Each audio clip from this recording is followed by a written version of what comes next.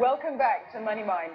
It's been 1 week since we met 8 hopeful contestants, all vying to win MoneyMind's first ever stock challenge investment game.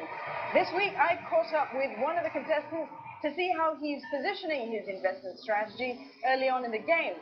And I also met up with the 2 mystery celebrities who were throwing their hat in to vie for those 2 top prizes. Last week on the MoneyMind Challenge, 8 contestants mastered the boot camp and impressed the judges with their understanding of stock reports.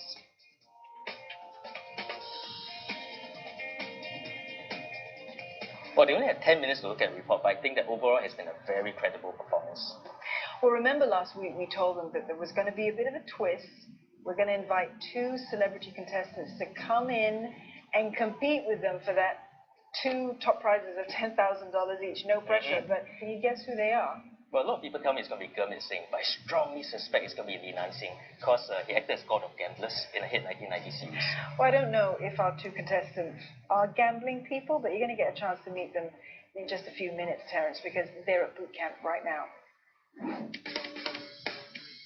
Well, I think I'm going to be a first on this show probably in the sense that I have zero, like literally zero investment experience. Well, as a beginner, I think I would be more of a cautious investor, that's for sure. It would be a situation where I would rely a lot on advice from people who know what they're doing, copy and paste that a little bit, and then find what works for me. I don't think I'm a very experienced investor. I trade a little bit, I buy and sell off and on, but I don't really monitor the market very often. I don't think I'm going to be as savvy as some of the other contestants, so no, I don't think I'm going to win. But I do hope, because whatever I win will go to charity. Steven. He's going to put on a good game face. He's going to pretend like he's doing well, but behind the scenes, he also doesn't know what he's doing. Of course I think I'm going to beat Daniel. Come on, Daniel hosts a health show. You know, I do a show which is a lot more about current issues, current affairs, so I think I'm a lot more savvy than he is. We'll see. I'm going to beat him. Hey guys. Hey Don. Hey, Daniel. Nice to meet you, Terence. Yeah, hi. Thanks for seeing us. Yeah, we just did our boot camp training, so that was pretty good. I'm all set to go, yeah? I'm not so sure. I could use some advice. I need some help. I mean, I come from a perspective of never done this before, but it was a little bit intimidating, I'll admit. Okay. I have a bit of experience. I've traded before, but I'm a real lazy trader, so I kind of don't actively do stuff. I buy stuff and I forget about it for a few years, and I kind of look at it again. But do you make money on it? Have you? Well, usually when you leave it for a few years, you generally make money, unless the company closes down. Well, I'm not sure about that. Yeah, I know, Could be wrong. Those are the basics of value investing, though. If he's kind of, you're doing what Warren Buffett does. Well, there you go, and he's done pretty well, so there you go. I'm coming from the perspective, really, that we've always said, especially to my listeners on radio, that anybody can try this, so I decided to walk the walk a little bit, right? If anybody can really try this, what are the factors that are stopping you from getting in? How can you overcome them? And how can you maybe make a little bit of money on the side without getting into too much trouble? But I think investing in stocks is really no rocket science. Yeah. What you need to do is to really understand what the company does. Sure. That's the most basic thing. Some people are lazy, which I cannot really understand why. Because people spend so much time going in to look for bargains on their dresses, on their cars, on their watches. And when it comes to making money on stocks, we are lazy. Yeah. No excuse. I'm just going to have some fun. Take a few risks that I don't normally do, because as you know, I'm a more long-term investor, so I want to try that and see how that pans out. Otherwise, I know there was like Old Chang Kee. I'll just go stand and look at the stall and see how many people queue up every day, and then maybe get a sense of whether they're making money or not. Actually, that's a very good point that I wanted to raise as well. I mean, should we, since maybe as a beginner, should we rely on things that we're familiar with, like the Old Chang Kee brand, like the CGL properties? Like, these are things that maybe we're more familiar with, seeing them in a local context, and therefore I know, okay, they're going to be fine. I think if you were to just start out, that's an okay strategy. That's what Peter Lynch, one of the very famous investors, used to do. But sometimes these strategies don't work. Old Chang Kee can work, because it's like 7-Eleven model. Everybody will walking in, coming out, so you can time and look at it. Oh, it's very popular. But what if you face a company like OSIM? You can stand there for 5 hours a day. Nothing happens.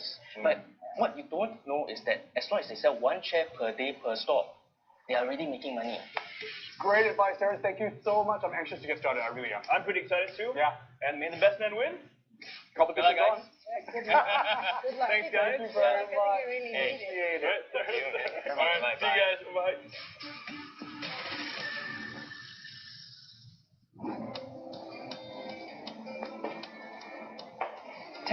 Are you ready to meet our first contestant? Most definitely. Yeah, I think he's somewhere over here. Jimmy, hi. Dawn. Hey, Jimmy. See you again. Hi, good to Good see you. to see you. Terence. Hey, great to see you again, huh, Jimmy? Jimmy, how's it been going? You've been trading for about a week now. Yes, started trading last week, and we bought 2 counters, Bestworld and Sheng Siong. Why do you buy Bestworld and Sheng Siong? I bought Bestworld because recently there was an announcement by the COO to clarify that the laws banning pyramid selling in China does not apply to them, and their business model is basically direct selling. Actually, Bestworld did very well over the last year and a half. I mean, it went ballistic, the price. It was one of the best performing stocks last year, and then a lot of, I think, hopes were pinned on China. I did some research, and they are trading about 15 times P ratio, and they have been consistently achieving growth for the past 3 to 4 years. So I'm very happy with the stock, actually. Terence, what do you think of the amount of money that Jimmy's invested in over here? It's about 40 grand so far. Well, I think he's on the right strategy because for this game, this competition, it is only over a span of a few weeks. He needs to take on concentrated positions at a very, very early stage. So I think that he's right now still monitoring the market, and there could be some weakening, and I think that he's like saving some bullets for the next couple of weeks. But when it goes into week 4, week 5, I think he probably would have to deploy most, if not all, the cash. All right, best of luck with that, Jimmy. Good luck. Thank you. Good luck. Thank you very much.